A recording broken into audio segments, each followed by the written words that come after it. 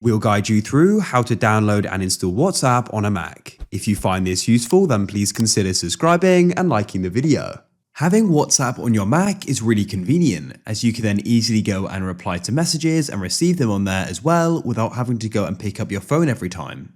So to go and get started with this, we need to go and open up a web browser. In this case, we'll go and use Safari as it is the default one.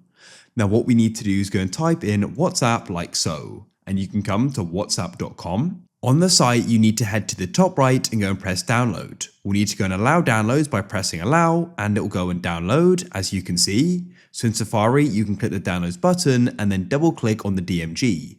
Otherwise, you can go and open up your downloads and run it from there. Now go and drag and drop WhatsApp into applications like so.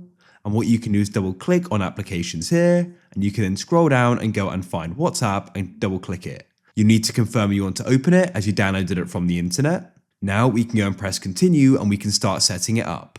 We need to go and scan this QR code. WhatsApp guides you through how to do it. You go to your linked devices and scan it though, and we can go and allow notifications. And that's it. I can now go and start using it.